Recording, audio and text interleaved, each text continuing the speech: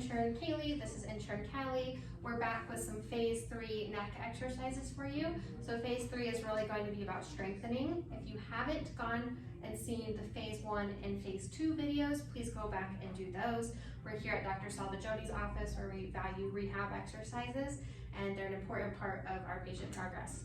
So we're gonna get started here. You're going to lay down on any flat surface, and then you're going to turn your head to the side, so rotate it kind of pretty much as far as you can there, and then just gently lift your head off of the table, trying to hold that for 5 seconds.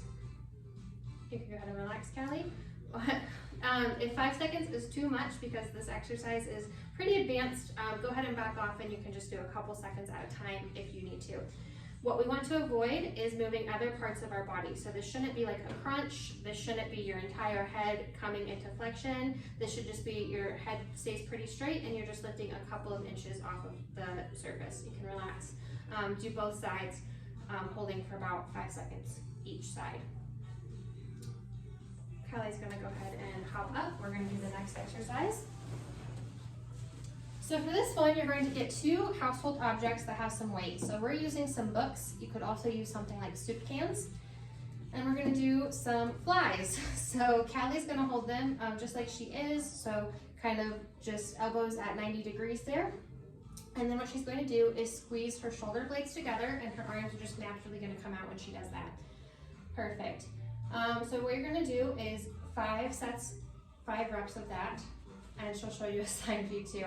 So do that 5 times, and then you'll do 5 sets of 5. Here you really only want to be moving those arms, and again, from those shoulder blades, your whole body shouldn't be going crazy or anything like that. You can also play around and adjust the weight. So if you're doing really light objects and you're like, this is really easy, you can go grab some heavier cans or something like that. As always, if any of this aggravates your condition, go ahead and stop the exercise and come talk to us in the office, and we'll get something else figured out for you. Hello, this is our last phase 3 exercise. So it's the same as the phase 2 exercise wall angel to begin with. So what we're gonna do is feet a little bit away from the wall, lower back touching the wall, shoulder blades, elbows, and back of the head touching the wall, and then those wrists as far back as you can get them without bringing your elbows off. She's then going to bring her arms up and down slowly, and she can also go back to neutral and then windshield wipe down. So she'll bring the whole arm down, perfect, and back up. Please do not do this if you have any rotator cuff issues or if you've ever had a rotator cuff tear. If that's the case, come get an alternate exercise from us. Thank you.